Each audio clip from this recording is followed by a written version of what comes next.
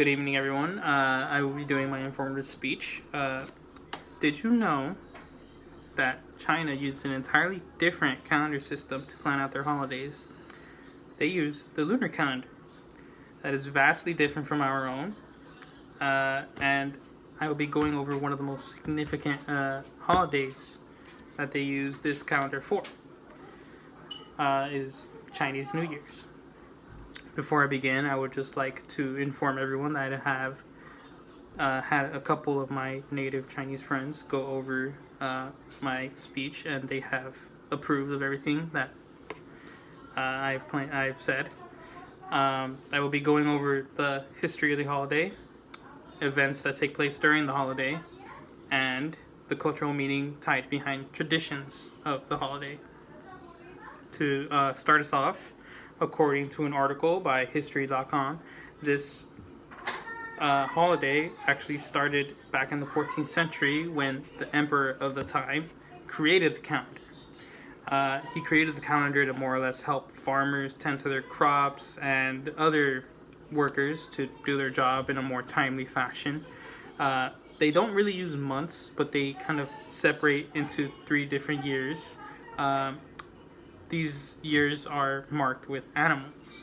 The legend behind it is that the emperor had animals get into a race, and whatever place they came in at, was the place that they would be on the calendar. But then again, this is just a legend, and for all we know, it could have just been random lottery. To go over the events, I will be using an article from Chinese New Year, ChinaHighlights.com, which claims that one of the most famous events that goes on in China is the Lion Dance. The Lion Dance is a large parade that goes through the streets, occasionally will stop and do a big performance when they have a rather large crowd. Another event that takes place, which is almost as large, is fireworks shows. These can take place anywhere from parks to city squares, and they're quite the marvel to look at. But fireworks shows are not the only source of entertainment that you can get. There's also a large sale of firecrackers. It's kind of more or less a 4th of July where you just burn money, but in this case, it's kind of, there's a meaning behind it, which I will get into later on in the speech. According to Chinese New Year's.info, an article that they wrote says that the sole event of this holiday is to get together with family, which makes sense, as throughout the entire research of this holiday, family was the one thing that kept popping up. Normally it's getting together with family, having dinner with family. It kind of marks one of the biggest migrations for humans, since a lot of people go from China to America or from America to China to just spend time with their loved ones. And finally, we'll be going over the cultural meanings tied to traditions and an event, which is the family gatherings. There's a cultural meaning because work was valued so highly in Chinese society that you would rarely ever have time for family. Except for when this holiday came around. This holiday, it's normally frowned upon to actually go to work. The only time people would ever go out during this holiday is to buy groceries or maybe even gifts for those at home. So kind of all of China would come to a near halt during this holiday. Even over here, there is a sizable impact. And finally, to go over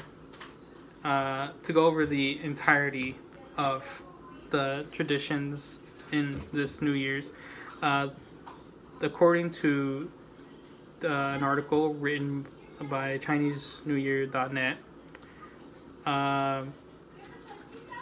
the color red actually has different cultural meanings.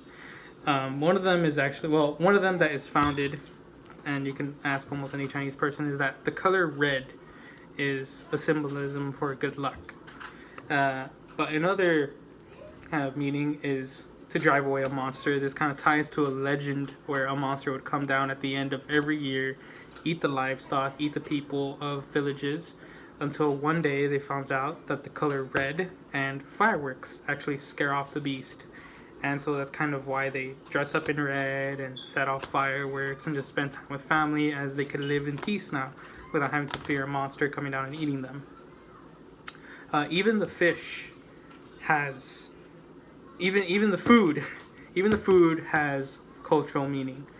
Fish represents wealth.